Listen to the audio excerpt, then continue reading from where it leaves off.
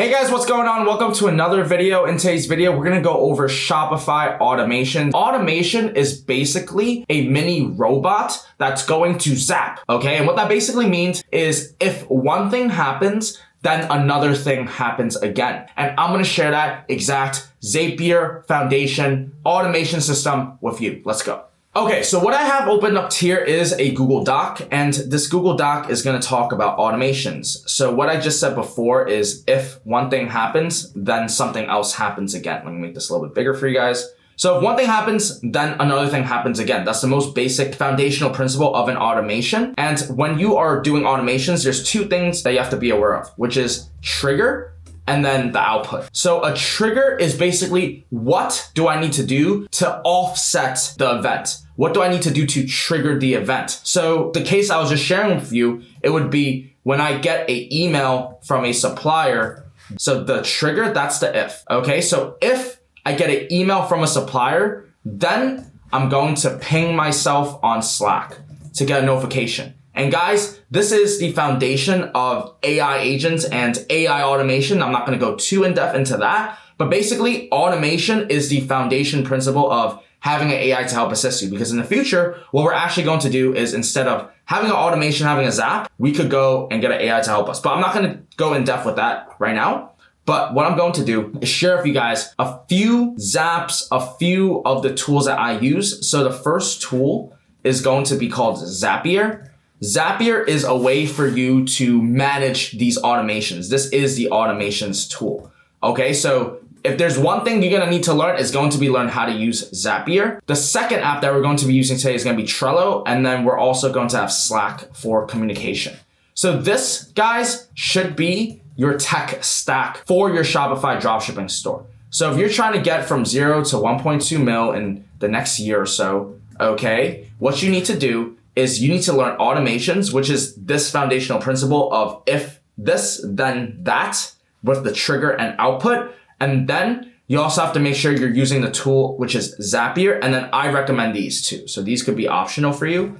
But for the demo purpose of today's video, we will be most likely using some of these apps. So what we're going to do is I'm going to pull up Zapier. And over here, this is the home page of my Zapier. I'm going to see if I could try to set it up with you. So this is actually on a free trial right now. All you need to do is just go in and go through the entire process. If I have a recording of me setting this up, I'll definitely add this in. But once you are on the homepage of your Zapier now, what you're going to do is just look at the entire landscape for what it is. Every single software always has on the left side the interface in which you're going to go through the navigation. So you see you can have zaps, you can have tables, which I don't really touch the tables of Zapier. I don't really know what that is, to be honest.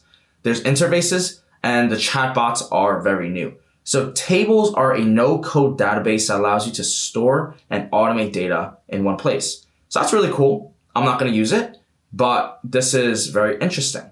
Basically, you could use zaps for lots and lots of things. If we go into the top right, you can see the App Store. Now, the App Store is basically, these are all of the apps that Zapier integrates with. And you'd be surprised. There's so many apps there, and it goes in with all of the apps that you could probably even think of. If you're an agency and you need to set up calendar invites, you could connect it with Calendly. If you want to obtain applications via Typeform, you can use a Typeform. This is Trello. You can connect it with your Stripe, Discord, ChatGPT, Salesforce, Asana. There's so many apps, and this is why there's such a booming opportunity in the AI automation space. There's just so much stuff going on. But in this case, we're going to be using the most popular ones, which is most likely going to be Slack and then Gmail. So what you're going to do is let's open up my zaps over here. And I actually already created. So I'll go and explain how these two look like, how it works, and then we could go and create a zap together. And if you guys are finding value in today's video, make sure you guys hit the subscribe button for more content like this. And if you're completely new to e-commerce,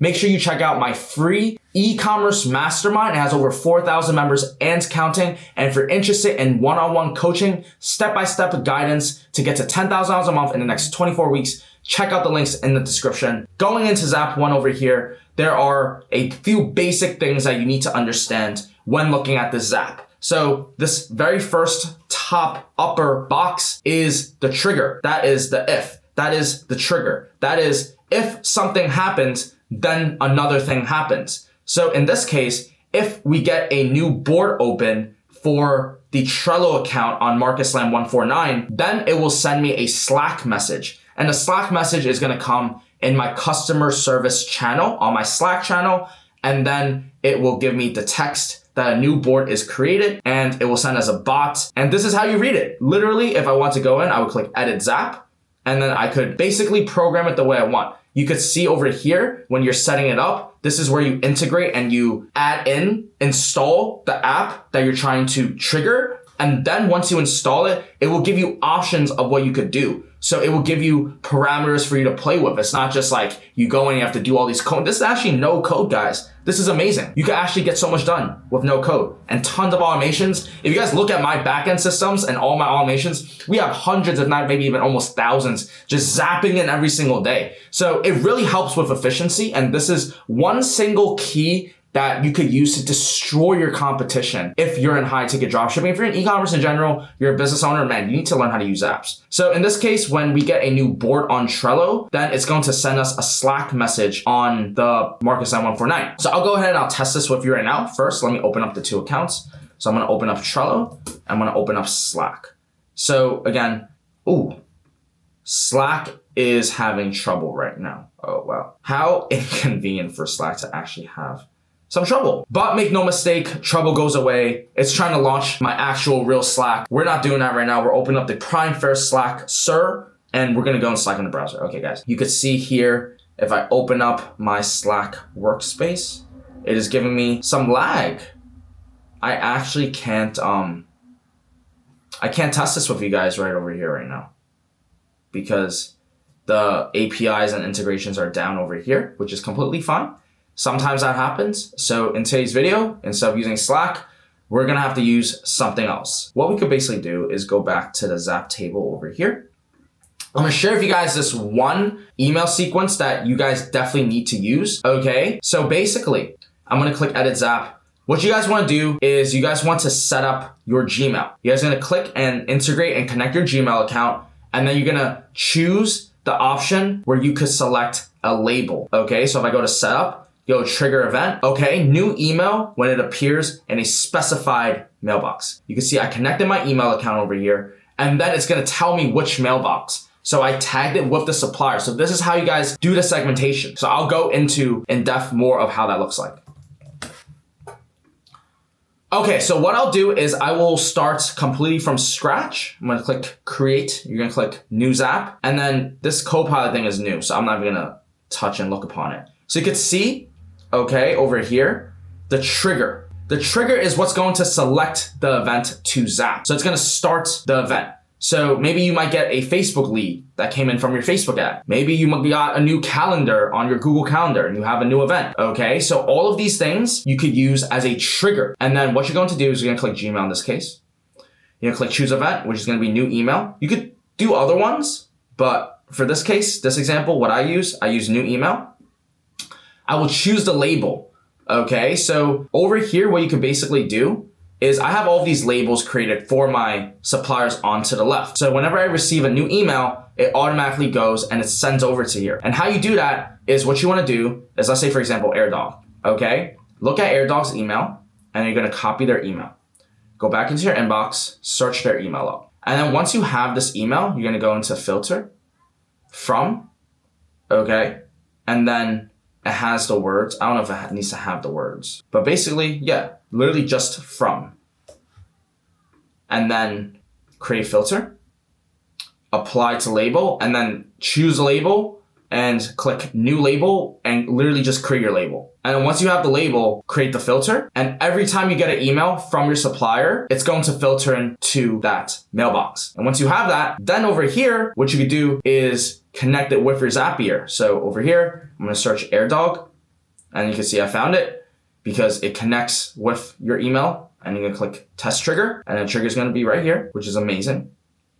And as you can see, basically what it's going to do right now is Zapier, the application, it's going in to see if it has previous reference data. This is a way for you to test if it's actually working or not. Because when you're playing with automation, when you're playing with Zap, this is what? Data. And this is the name of the game in today's world. We're playing with data. We're learning how to capitalize on data, whether that's by running paid ads, whether that's by using organic, whether that's by automation. So you have to learn how to leverage data. And in this case, we just received the data on this Zap from the email when the Zap went and asked the Gmail, hey Gmail, did you receive the data? Or can I have access to the data? And it was able to pull the data. And now we're able to see all of the email chains that came with it.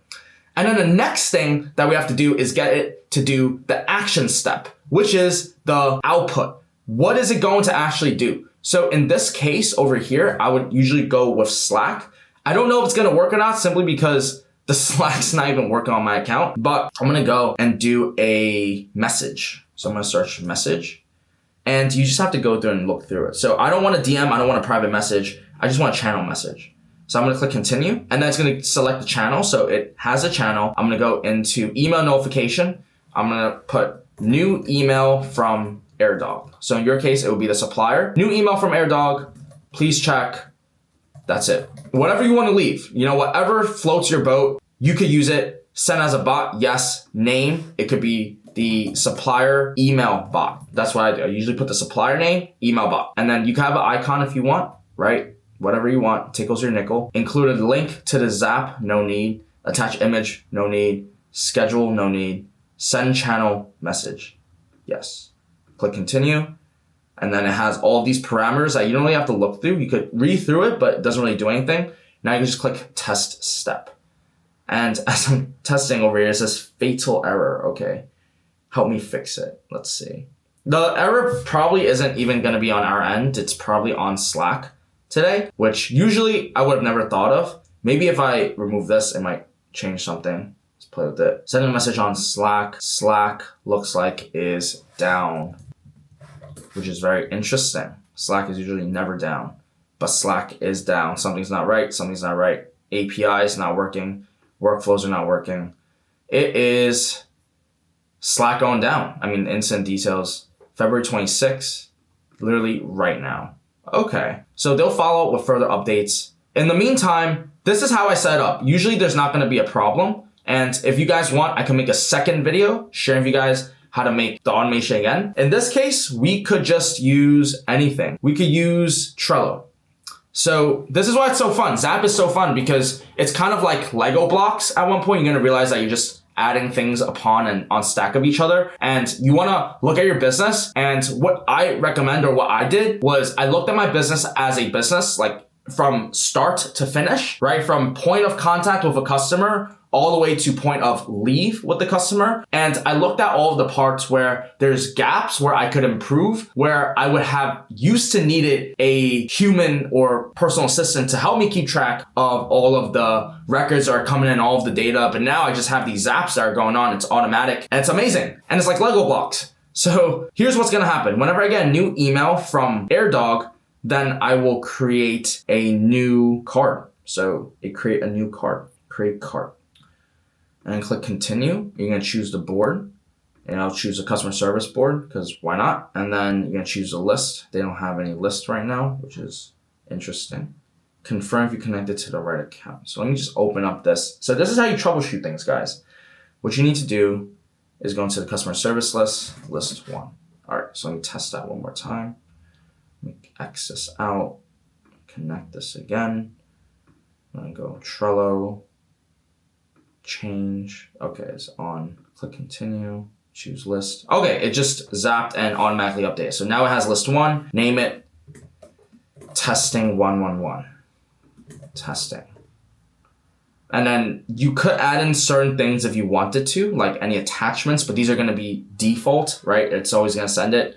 I don't need anything right now, but I just wanna show you guys that's what's gonna happen. You're gonna click test step, and then boom, it's gonna open up a new card right here. As simple as that. So it's super easy to use. So let me give you guys one more automation that you could actually run. So let's say you get an email. You could do an email. What you could also do is if it's not an email, you can actually remove this and change this. I'm pretty sure it connects with Shopify as well. So I have to be on the pro for this. I don't think I can. Oh, I think I'm on the pro account right now, which is perfect. So you could actually do this with abandoned checkouts. You could do this with a new order.